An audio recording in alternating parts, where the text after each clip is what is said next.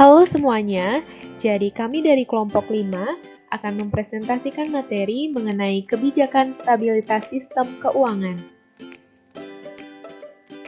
Sebelumnya, izinkan kami untuk memperkenalkan anggota dari kelompok 5. Saya sendiri, Igusti Ayusan Yugi Partini dengan NIM akhir 093, rekan saya atas nama NIM Gusti Ayu Putu Diah Sasmita dengan NIM akhir 067, dan NIM Putu Indah Julianti dengan NIM akhir 1152. Adapun materi yang akan dibahas yaitu yang pertama, teori stabilitas sistem keuangan, yang kedua, kebijakan makroprudensial, dan yang ketiga, kebijakan mikroprudensial. Masuk ke materi yang pertama, yaitu definisi stabilitas sistem keuangan. Jadi ada beberapa definisi stabilitas sistem keuangan. Yang pertama yaitu sistem keuangan yang stabil, mampu mengalokasikan sumber dana dan menyerap kejutan yang terjadi sehingga dapat mencegah gangguan terhadap kegiatan sektor yield dan sistem keuangan. Yang kedua, sistem keuangan yang stabil adalah sistem keuangan yang kuat dan tahan terhadap berbagai gangguan ekonomi sehingga tetap mampu melakukan fungsi intermediasi, melaksanakan pembayaran, dan menyebar risiko secara baik. Dan yang ketiga, stabilitas sistem keuangan adalah suatu kondisi di mana mekanisme ekonomi dalam penetapan harga, alokasi dana, dan pengelolaan risiko berfungsi secara baik dan mendukung pertumbuhan ekonomi. Selanjutnya yaitu arti stabilitas sistem keuangan dapat dipahami dengan melakukan penelitian terhadap faktor-faktor yang dapat menyebabkan instabilitas di sektor keuangan. Nah, ketidakstabilan sistem keuangan ini dapat dipicu oleh berbagai macam penyebab dan gejolak. Hal ini umumnya merupakan kombinasi antara kegagalan pasar, baik karena faktor struktural maupun perilaku. Nah, kegagalan pasar itu sendiri dapat bersumber dari faktor eksternal, yaitu internasional dan juga internal atau domestik. Dan identifikasi terhadap sumber ketidakstabilan sistem keuangan ini umumnya lebih bersifat forward-looking atau melihat ke depan. Selanjutnya yaitu pentingnya stabilitas sistem keuangan. Jadi, sebagai bagian dari sistem perekonomian, sistem keuangan ini berfungsi mengalokasikan dana dari pihak yang mengalami surplus kepada pihak yang mengalami defisit. Apabila sistem keuangan tidak stabil dan tidak berfungsi secara efisien, pengalokasian dana tidak akan berjalan dengan baik sehingga dapat menghambat pertumbuhan ekonomi. Nah, sistem keuangan yang tidak stabil ini cenderung rentan terhadap berbagai gejolak sehingga dapat mengganggu perputaran roda perekonomian. Selanjutnya, secara umum dapat dikatakan bahwa ketidakstabilan sistem keuangan dapat mengakibatkan timbulnya beberapa kondisi yang tidak menguntungkan, seperti yang pertama, transmisi kebijakan moneter tidak berfungsi secara normal sehingga kebijakan moneter menjadi tidak efektif. Yang kedua, fungsi intermediasi tidak dapat berjalan sebagaimana mestinya akibat alokasi dana yang tidak tepat sehingga menghambat pertumbuhan ekonomi. Yang ketiga, ketidakpercayaan publik terhadap sistem keuangan yang umumnya akan diikuti dengan perilaku panik para investor untuk menarik dananya sehingga mendorong terjadinya kesulitan likuiditas.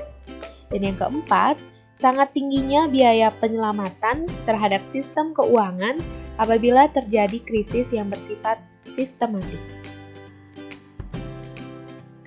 Selanjutnya, yaitu payung hukum stabilitas sistem keuangan.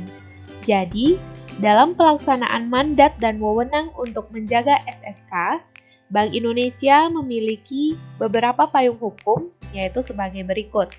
Yang pertama, Undang-Undang Nomor 9 Tahun 2016 tentang Pencegahan dan Penanganan Krisis Sistem Keuangan.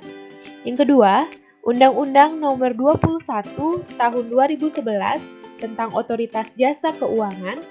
Yang ketiga, Peraturan Bank Indonesia Nomor 11, Nomor 16/11/PBI/2014 tentang pengaturan dan pengawasan makroprudensial, dan yang terakhir, Peraturan Dewan Gubernur Nomor 17/17/PDG/2015 tentang kerangka kebijakan makroprudensial. Selanjutnya, yaitu peran Bank Indonesia dalam stabilitas sistem keuangan.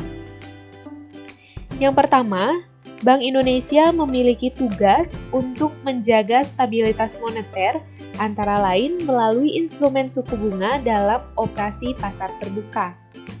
Yang kedua, Bank Indonesia memiliki peran vital dalam menciptakan kinerja lembaga keuangan yang sehat, khususnya perbankan. Yang ketiga, Bank Indonesia memiliki kewenangan untuk mengatur dan menjaga kelancaran sistem pembayaran. Yang keempat, melalui fungsinya dalam riset dan pemantauan, Bank Indonesia dapat mengakses informasi-informasi yang dinilai mengancam stabilitas keuangan. Dan yang terakhir, Bank Indonesia memiliki fungsi sebagai jaring pengaman sistem keuangan melalui fungsi Bank Sentral sebagai Leader of the Last Resort atau LOLR. Baik, selanjutnya di sini saya akan membawakan materi tentang kebijakan makroprudensial dan perkembangannya. Kebijakan makroprudensial adalah paket-paket kebijakan bank sentral yang ditunjukkan untuk mengatur situasi di sistem keuangan, khususnya kegiatan kredit. Tujuan dari kebijakan makroprudensial ini adalah mencegah instabilitas sistem keuangan yang bisa berdampak sistematik serta meningkatkan kualitas fungsi intermediasi perbankan. Di Indonesia, kebijakan ini dilaksanakan oleh Bank Indonesia selaku otoritas moneter. BI menggunakan instrumen kebijakan ini untuk mencapai indikator ekonomi yang diinginkan seperti pertumbuhan ekonomi dan menstabilitaskan kondisi jasa keuangan yang tidak seimbang. Makroprudensial ini memiliki peranan dalam membangun stabilitas sistem keuangan suatu negara. Kebijakan moneter dapat dipengaruhi oleh stabilitas keuangan, sedangkan kebijakan makroprudensial untuk mempromosikan stabilitas keuangan yang berdampak pada kebijakan moneter.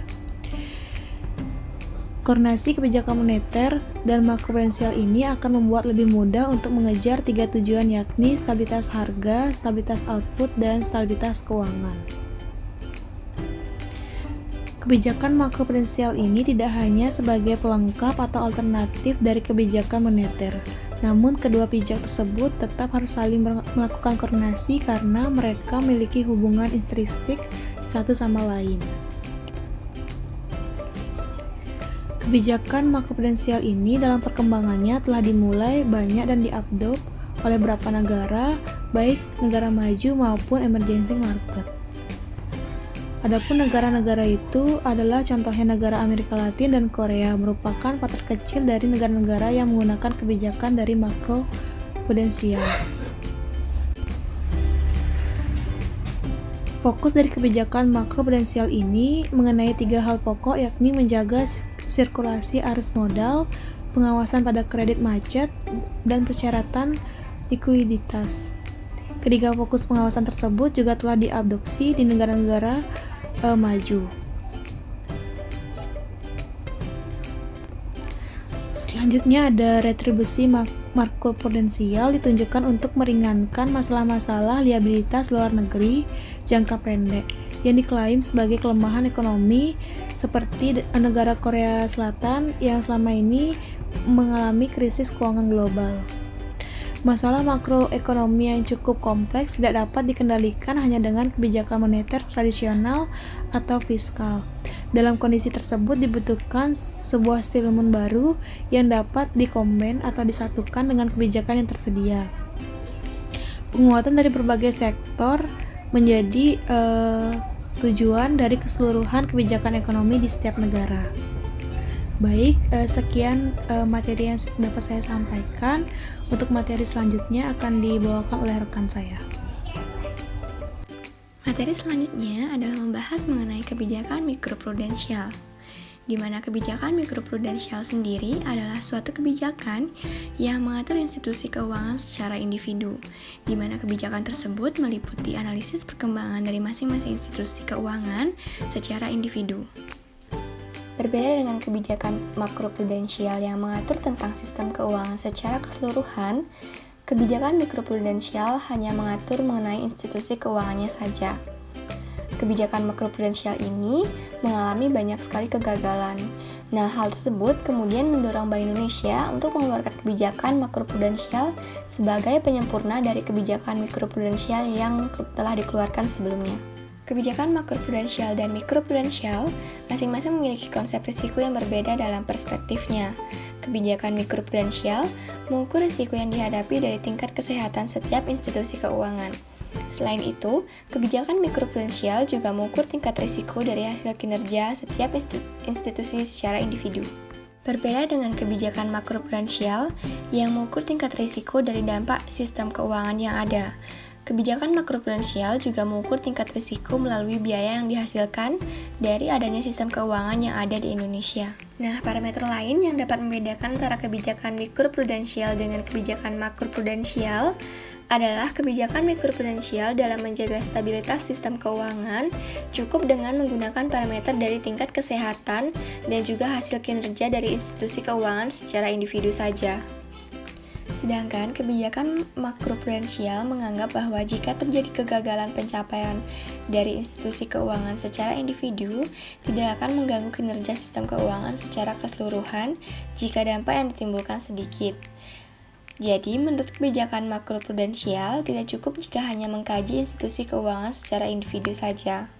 Kebijakan makroprudensial berperan sebagai penyempurna kebijakan mikroprudensial yang telah dikeluarkan sebelumnya, karena kebijakan mikroprudensial dirasa belum cukup ampuh dalam menjaga stabilitas sistem keuangan yang selama ini ingin dicapai oleh Indonesia. Kebijakan makroprudensial memiliki konsep yang cakupannya lebih luas, dan konsep tersebut diyakini akan dapat menciptakan stabilitas sistem keuangan Indonesia di masa mendatang.